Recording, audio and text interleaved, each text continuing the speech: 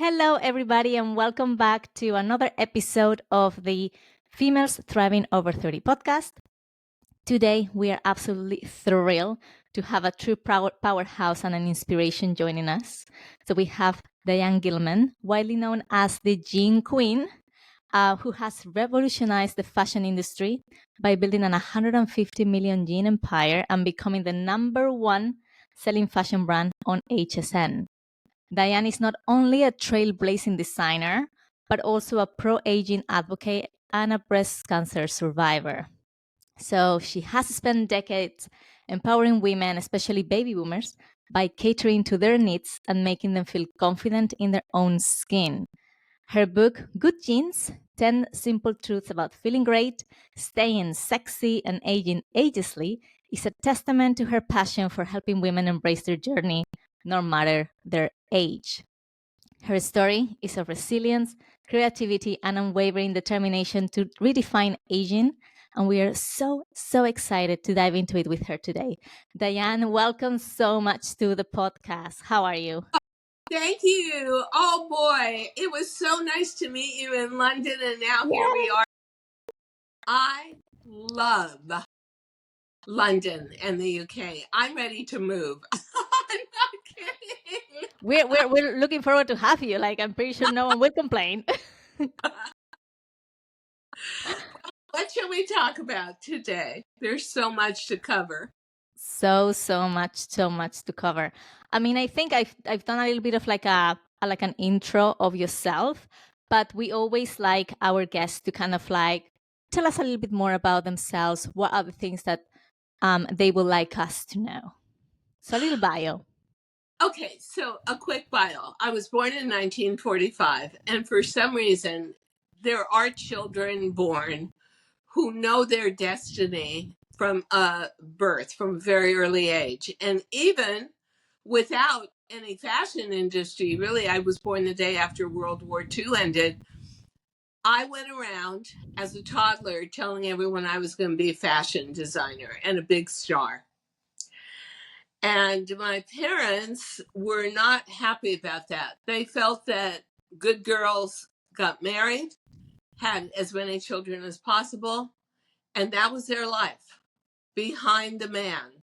I never had any interest in that at all. So I had no family support. I taught myself how to sew. I taught myself how to make patterns. I mean, I was really driven. I was 100% in. And I eventually had to leave home as a teenager because the battle between what I was going to do got to the point where honestly my parents locked me in my bedroom and were choosing a man I was going to meet the day of my wedding. They were going to do an arranged marriage. Oh wow. It was crazy. Seriously. I did not grow up with any sense of sanity or stability. So I was on my own, and my best friend was dating Jim Morrison from The Doors. And my other best friend was dating, oh my God, somebody from Deep Purple. And I started taking their denim and hand painting it, slashing it, jeweling it, patching it. I loved it. And so I would take a jean jacket and make a masterpiece out of it, in 2 weeks. And it really was never for the money. It was for the love of the craft. But I just got into a whole circle, a periphery of rock and roll stars and making denim for them. And then around 1975, I thought, you know what?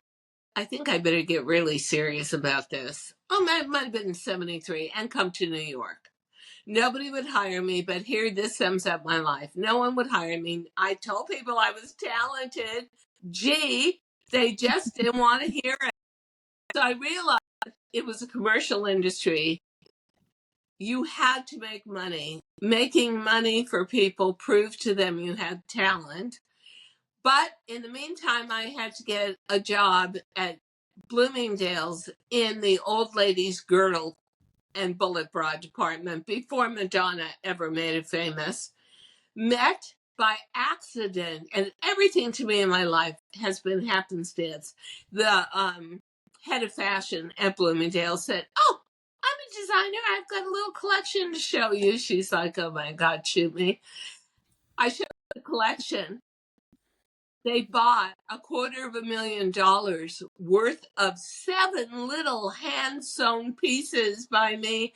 And I burst out in tears and said, I don't have the money to make that or ship it or anything. I did this all on my own. Do you know Bloomingdale's?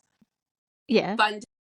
They funded me. They paid for the material, the labor, the shipping, gave me 2 weeks in a row of double trunk, double page, centerfold ads in the New York Times, gave me all the windows of the 59th Street store. And I was really now being able to establish a career, and worked and worked and worked. And then around 1985, 1987, somebody came to me and said, close your eyes. Now, so like I'm designing,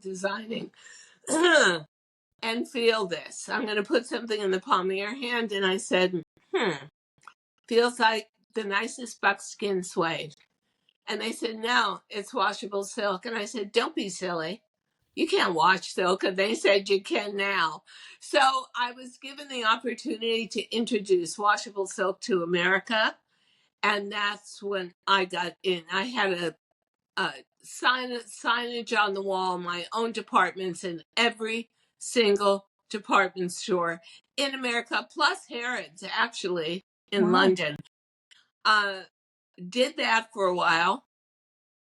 And at some point got into a legal battle because people wanted to use my name to go public on the Hang Seng Index in Hong Kong, but I didn't like the deal, and so I lost the usage of my name for a couple of years.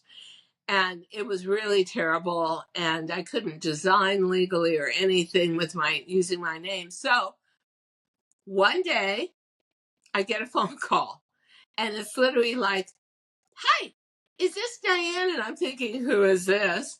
Hi, I'm a talent scout from QVC. We'd like to have you on air, come design for us. And I said, okay, this is a joke. Who are you really? No, it really is me, the talent scout. So 1994, I had my first show on air.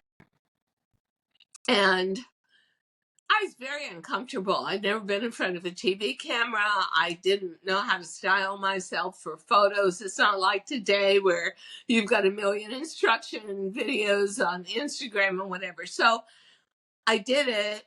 And it used to be you just walked out on stage and there were maybe 3 pieces of your design and this huge stage, and you're up on this high bar stool. And I'm thinking, there must be a better way to do this. This is so uncomfortable. Well, at a certain point, I called up the other network, HSN, and said, okay, I'm doing really well on QVC, but I want a better deal. I want full creativity. I want to be able to design what I want to do. So I bring my washable silk to the other network. Now I'm number 1. Women in America love washable silk. I'm doing all the paintings for the prints. I mean, it was really artistic. It was really fun. And now I'm developing a communication skill. Then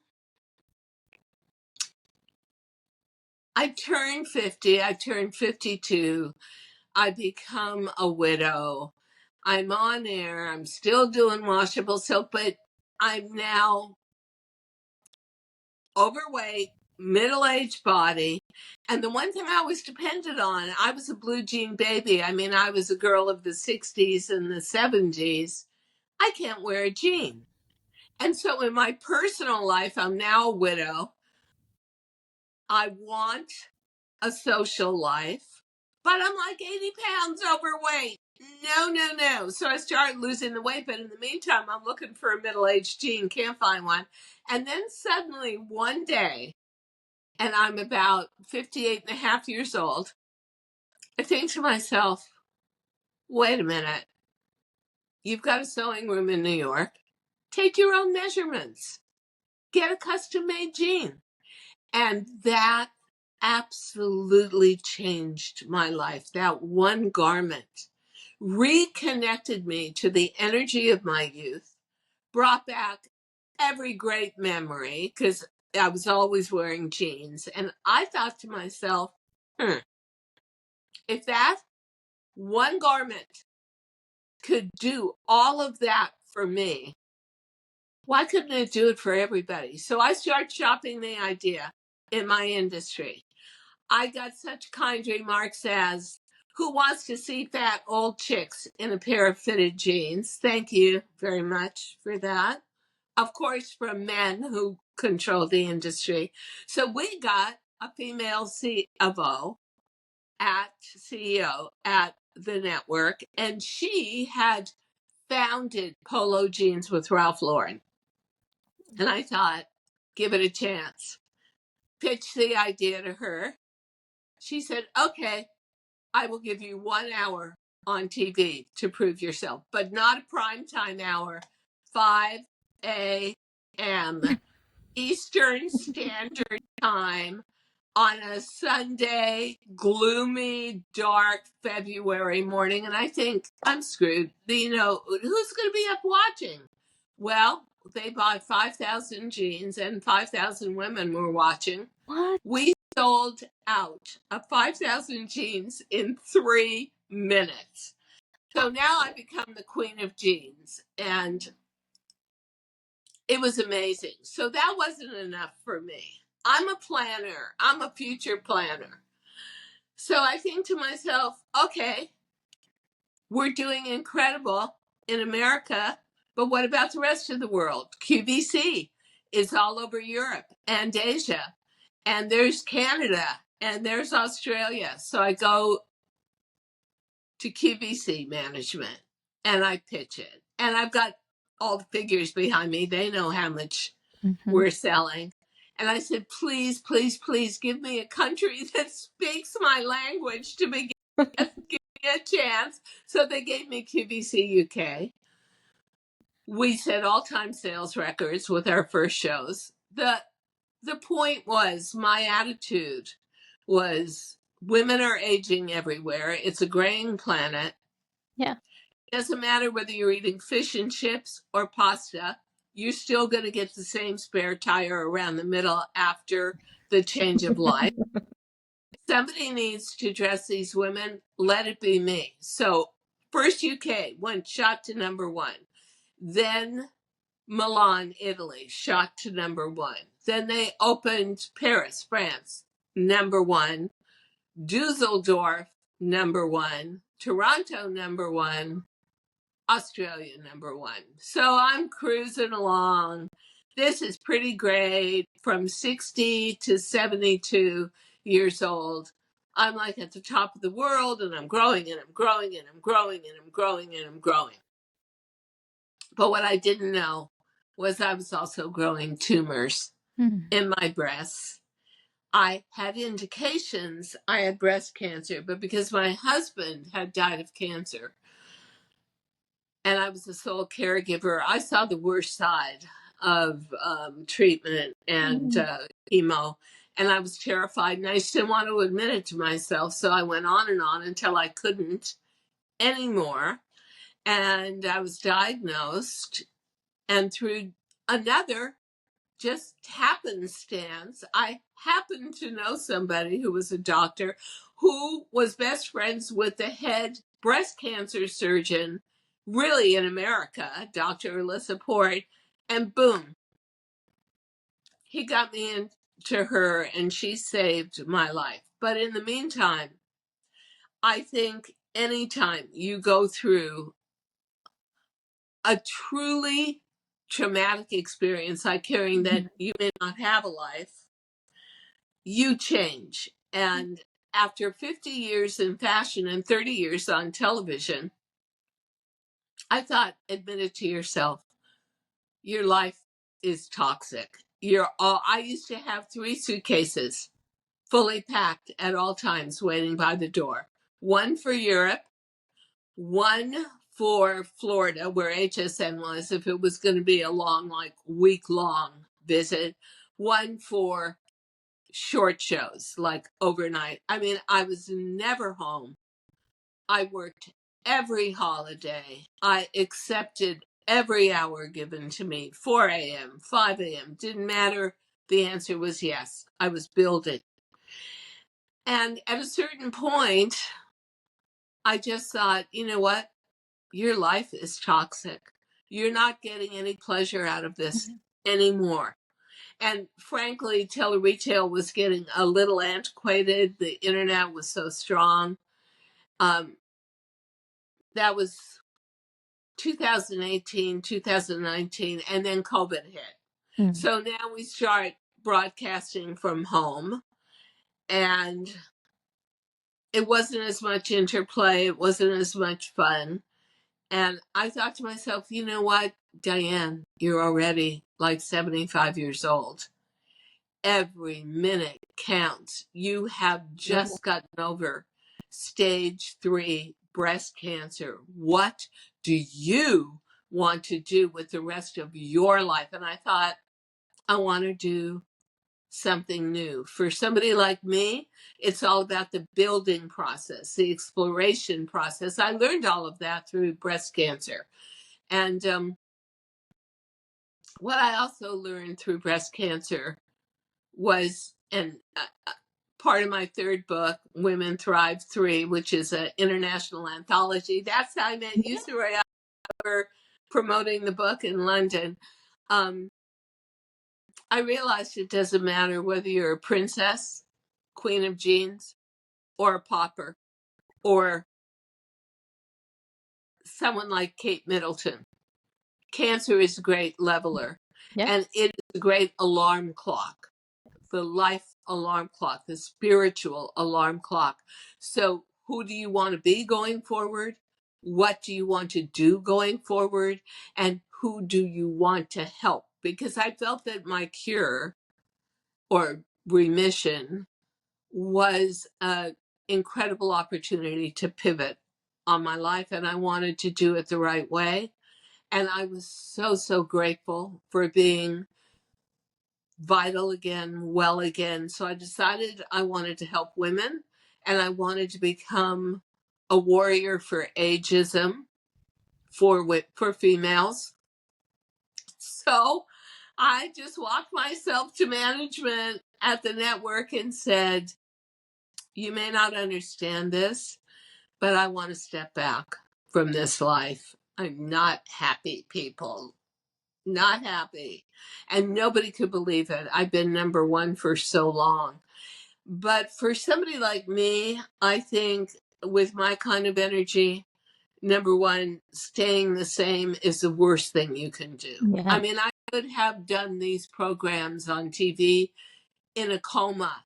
I knew how to do it so well, but it wasn't feeding my spiritual side anymore. So I thought, what can you do? Gee, you're so young, Diane. You're only 78. Yes. And you step back, and that's how I became a podcaster and a silver haired influencer on Instagram and TikTok and YouTube, and I am learning every day. I am having a blast, and I am informing my female sisterhood of women over 50 how to live a better life going forward and why they should treasure those years so highly. So I hope I'm doing a good job. No, you're doing a great job, and again, that's why we wanted to have you on the podcast, because we feel like we've been talking to people more into like their late 30s, early 40s, and we wanted to have someone that is like over 50 that is Oh, doing yeah. so great, and that it can be a great example for other people listening to the podcast. Because even for us, um, you know, I'm in my mid 30s, you still feel kind of like the pressure of society sometimes to reach certain milestones at a certain age, and if you haven't done it, then you are a failure. Yeah. And like life ends after you turn 30, because you should have done all of that. And My people mo- like you is showing us that my you can do mother said anything. after 30 for a female was over with, but I will say to you, don't put a alarm clock on your life. My greatest light bulb moment in fashion was at 60 years old. That's when I really shot to the top and could really enjoy and feel what being number one was. So don't decide that you're going to put up a wall at a certain decade in your life. And I'm not saying aging is easy, but you reach a certain peace within yourself that is just amazing. These actually, my 70s have been the best years of my life, the most fulfilling. This has been like the bang out, great year of my life, forming my podcast, of which I do too. Too old, too young to be old, and Fashion Thursdays with Diane. I'm learning new stuff every day. I meet new people. I get new opportunities. I think that is a key to staying young. And I believe if you can just keep on believing that you are going to be useful and inventive and purposeful at any age, you will always be too young to be old.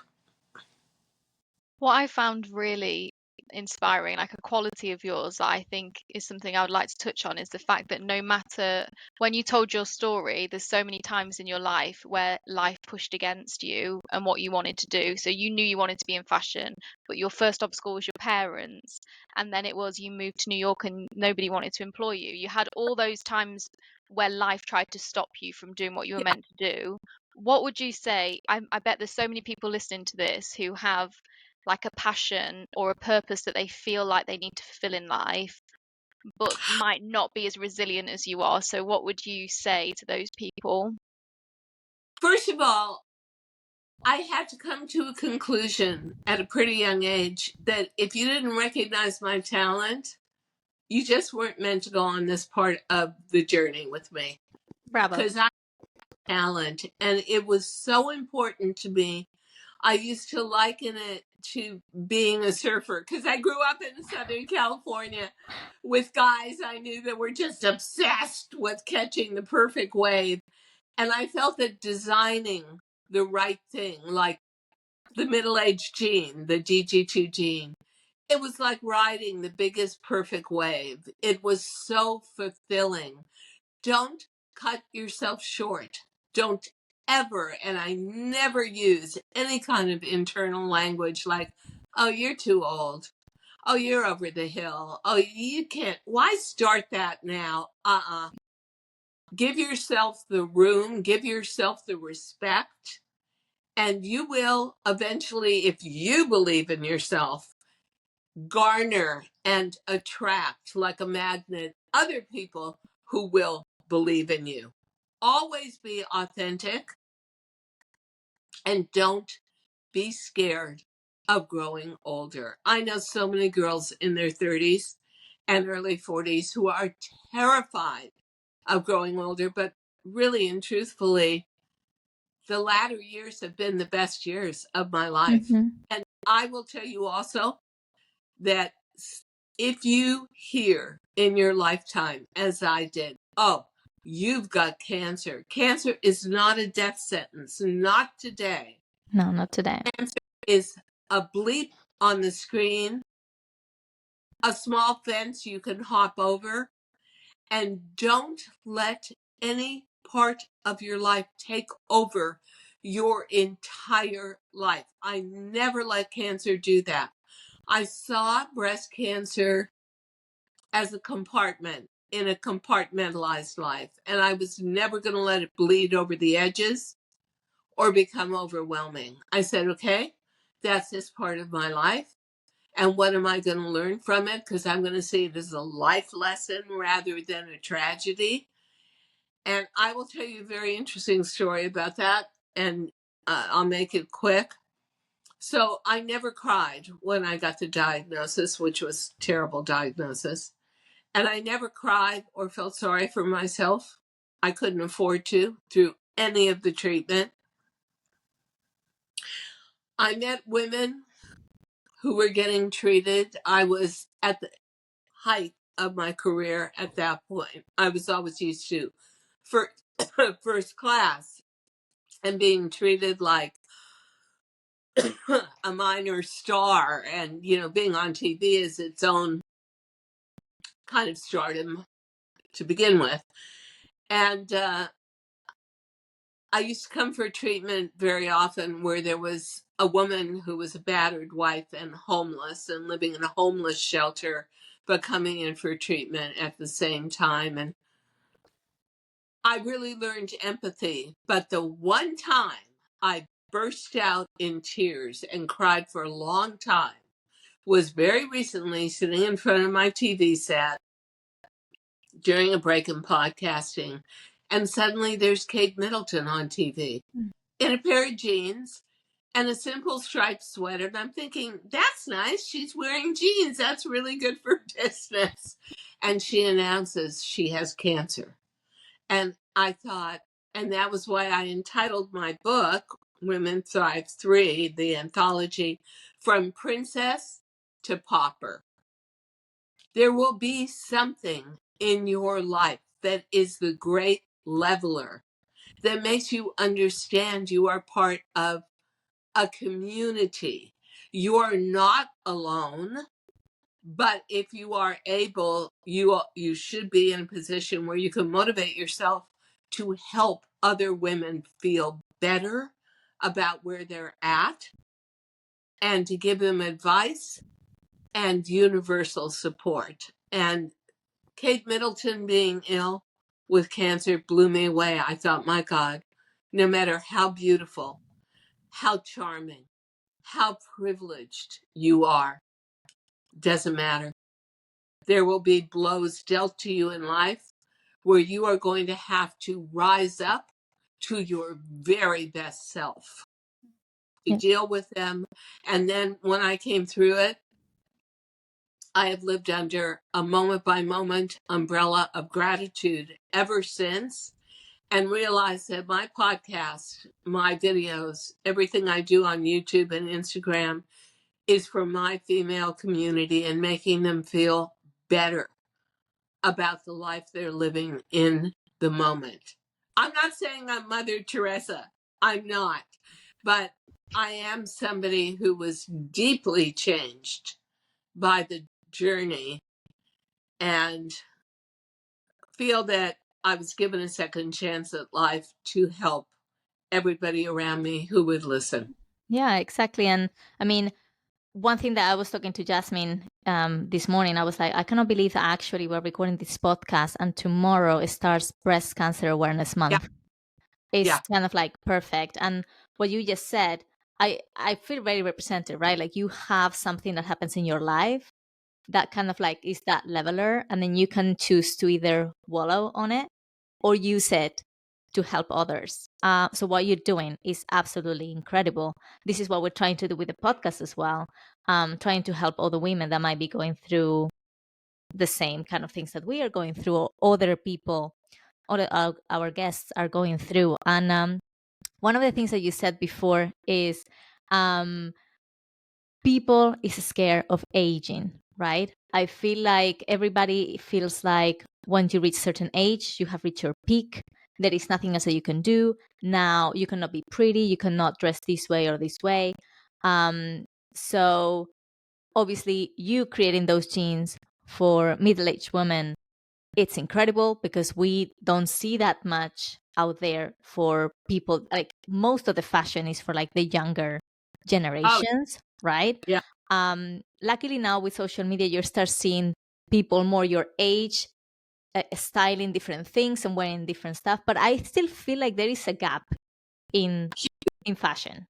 And especially for women.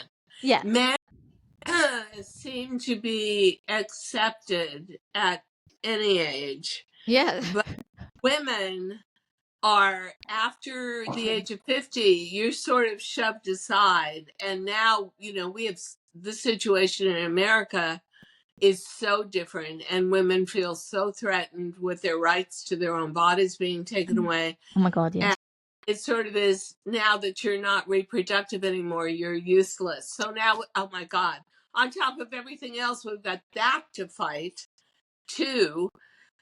And so to give women who are aging a sense of self-worth and a sense that there is not a life clock that says tick, tick, tick, tick, tick. Okay, you're worthless now. Forget it. Just step aside.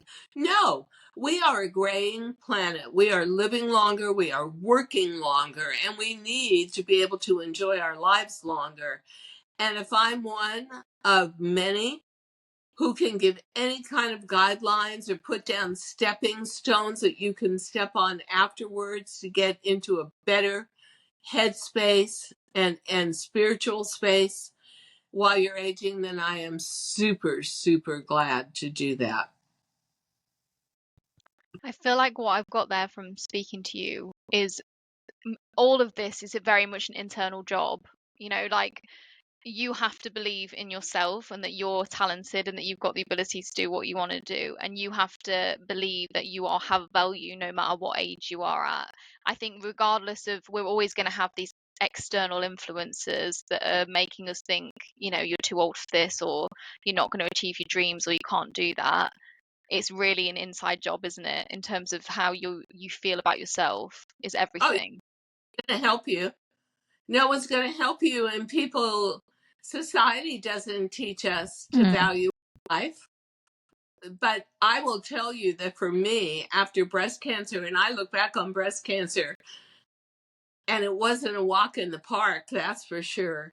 I have no memory of anything negative about it. I saw it as a huge learning curve. And as a matter of fact, for the first time in my entire adult life, I got a few days off when I didn't have to work and I could actually think about life and try and put it into some kind of order. So, no, as a female, I think it's much rougher to age as a male. I think there should be many more of me out there. And I find it so weird that we are taught in society as a woman past 50, past reproduction, you're useless, get off the stage, when in fact, these are the years when you have the most wisdom, you have the most experience. I think you probably have the most empathy as well. And they're precious years. Every moment is precious to me. And if more women would see aging from that point of view, we could become a powerhouse. But we've got to reconnect and reunite as a community. Yeah, 100%. And one of the things, like when we were listening to your life story, as Jasmine said, there's so many things that I was like, wow, this is incredible. But I also saw, like, like you had that idea of your genes, you were going everywhere. It was always men. No one Yeah, wanted to take your ideas. I yeah. feel like there is so many women nowadays that are facing exactly the same thing. And did you ever felt that kind of like imposter syndrome when you were just like seeing how big everything was growing and how much you've done? Because I feel like a lot of women feel that imposter syndrome and how they need to prove themselves as well a lot to men mostly. Well, it's amazing that in the female fashion industry, the women's fashion industry, it's all men that have the money. And none of them believe in talent until you make money. And then that's what you are, a money maker. Mm-hmm. But they don't ever believe you should make as much money as they are, which is a whole other discussion. Yeah. I think one place where I really felt the imposter syndrome was during breast cancer. First of all, told my staff, okay, I have cancer. I've got to take time off for treatment. And everybody started crying. And I said, you can't cry around me. That's stupid. Go out in the hallway, get done crying, come back. we've got a lot of work to do. So I made it very pragmatic rather than emotional. Mm-hmm. And I held that line throughout it and throughout the rest of my business career. Because if you're going to deal with men, you got to sort of act like a man. And that's another, you think like a Yeah. man movie, that is another imposter syndrome. No emotions. And of course, in a disease that touches on your mortality, of course, there's going to be emotions. But the other thing where I really felt like an imposter was so many people I knew that I had to tell I had this stage of breast cancer looked at me as if I was a victim and gone already, that I would never survive. So to counter the imposter syndrome, I had to get rid of a lot of people in my life. If you couldn't look at me when I said, this is just going to be a period of my life and I'm going to learn how to use it correctly and purposely. And they just kept looking at me like, yeah, sure, you're going to die. They had to go. Yeah, And of course. that's when I really felt the imposter syndrome the most of all, when I was trying to give people a story that ended well and they didn't want to believe that. So I became a lot more choosy about the people I had around me, who was toxic, who wasn't, who was going to believe in my cure, who wasn't. And I shed a lot of people and have kept it very small and very tight ever since. I feel so inspired just by listening to you. I feel your strength, honestly, just your strength as a person. Even like obviously now you've got all the wisdom, but you've clearly had that strength for your whole life because Yeah. every obstacle you've overcome, you've always been so strong. And I'm really inspired by that genuinely and so grateful that you're here to talk to us because Oh, I know people are going to be really impacted by this because I Yeah. feel truly impacted Yeah, by it as me too. well. Chills, chills. thank you. Thank you so much. It's good to hear that. You know, you can't imagine, and when you're in the middle of something, whether it's career challenges, like I knew that Gene was going to be $1 billion idea, but nobody else did, and I had to sell myself and sell myself. Or you're going through a mortality based disease, but you know you're going to be okay, but nobody else does, and they all think you're delusional rather than believing in yourself. It's really good to hear this. I thank you so much. It's a privilege to be on with both of you, honestly.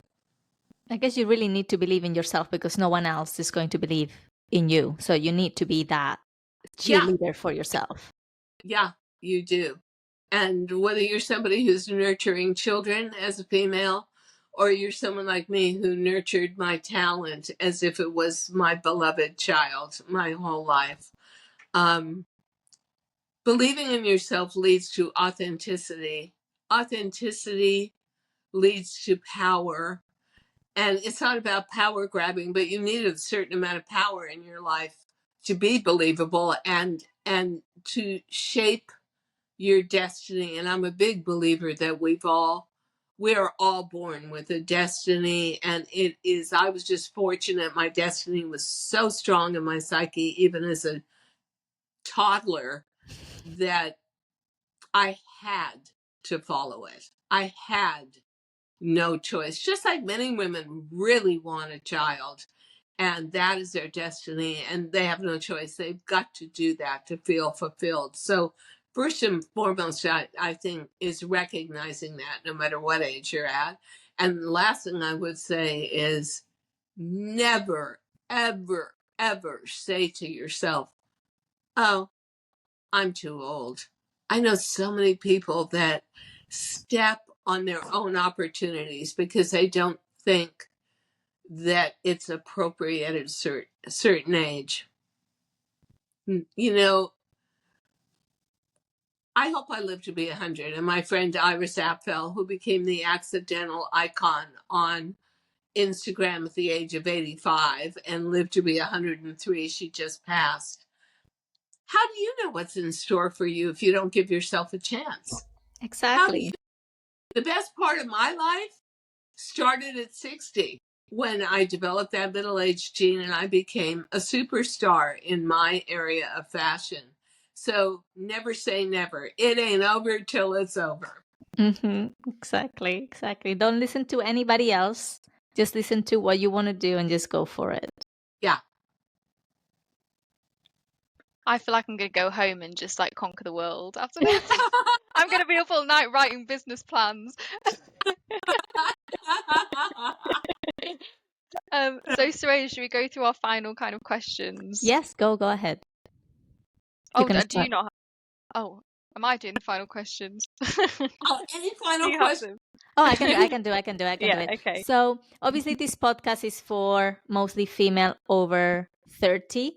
But is there any advice that you will give to women in their 20s that are fearing that, turning older?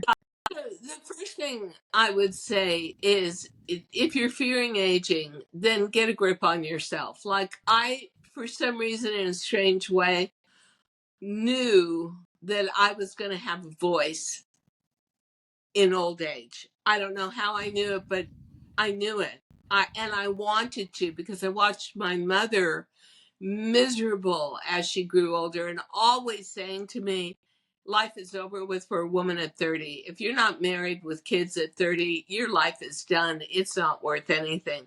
So I took the opposite point of view. And I would say, don't calendar yourself like, okay, calendar for 40 years old, done, useless, over the hill. And third of all, don't expect to society to necessarily support you. But if you are doing a good job with aging and you are finding things at any point in life that you love, other people will recognize you. It's funny, when I was still on TV selling my jeans, millions of them, they used to call me the Queen of Jeans. But now, doing my own podcast, people have renamed me the Lighthouse because Yeah. I just want to spread light and enlightenment, inspiration and aspiration all around me and make other women's lives better. And who would ever think that you would start a new business? You would be number one, step down from everything you knew, everything you built, and say, you know what? I'm just in the mood. Let's do it all Yeah. over again. So don't decide that there are stopping points in your lives, ladies. And everybody is scared of aging. So what are you going to do about it? You're going to age the very best you can. You're going to understand what it is that's important in your life, physically, mentally, and spiritually, and nurture those points. But do it deliberately and do it knowing that you are paving a road ahead of you for a very successful 40s, 50s, 60s, 70s, and beyond. Yes. And obviously now for all the women that are over 30s, in the 40s, 50s, and beyond, what would you tell them to make sure that they make the most out of those years? Treasure them, respect them. It's very difficult getting older as a female, and you can look in the mirror and say, oh, ugh, why did this happen to me? You cannot love yourself anymore because you're imperfect. You've got to start preparing as a younger woman to not do that. Don't punish yourself for the extra years you get. And I will say that aging is a privilege, Yeah. not a punishment. I leave you with that. That is the most wisdom I can put into it. Yeah, absolutely. Well, thank you so much. Honestly, I think both of us were very excited to have you and feel very privileged to speak to you as well. And I know people are going to get so much out of this. So thank you so much. And thank you for everything you're doing for women as well and what an inspiration you are. Yeah, it is such a passion of mine, and it's so great to have a new passion at my age that will take me well into my 80s and hopefully, like my friend, into my 90s. And I will be a voice and a force for good. Yeah, very exciting. Oh, thank you guys so much. Well, Thank you. We thank you, really, really everyone. love it. Thank you so much to everyone that's listened to this episode. Make sure you're following Females Thriving Over 30 on Instagram, our TikTok page, and listen out for the future episodes. And we'll speak to you soon. Bye. Bye. Bye. Let me stop then.